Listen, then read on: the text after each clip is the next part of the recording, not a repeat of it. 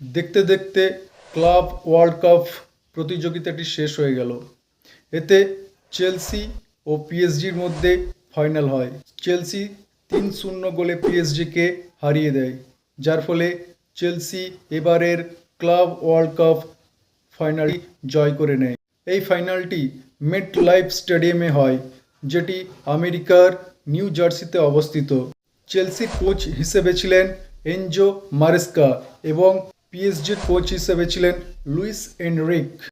এই প্রতিযোগিতাটির জন্য $1 বিলিয়ন বরাদ্দ করা হয়েছিল, যার মধ্যে $525 মিলিয়ন প্রতিযোগিতায় অংশগ্রহণকারী দলগুলোকে দেওয়া হয় এবং বাকি $475 মিলিয়ন পারফরম্যান্স ভিত্তিক বোনাসের জন্য রাখা হয়। এই প্রতিযোগিতাটিতে ছিল 32টি ক্লাব। এই প্রতিযোগিতাটির সেরা প্লেয়ার হন চেলসির কোল পালমার এবং সেরা গোলকিপার হন চেলসির রবার্ট সানচেজ। সেরা তরুণ খেলোয়াড় হন পিএসজির ডেসিরি ডুয়ে। ফেয়ার প্লে অ্যাওয়ার্ডটি পায় বায়ার্ন মিউনিখ। যদি ভালো লাগে প্লিজ চ্যানেলটা লাইক ও শেয়ার করতে ভুলবে না। নমস্কার।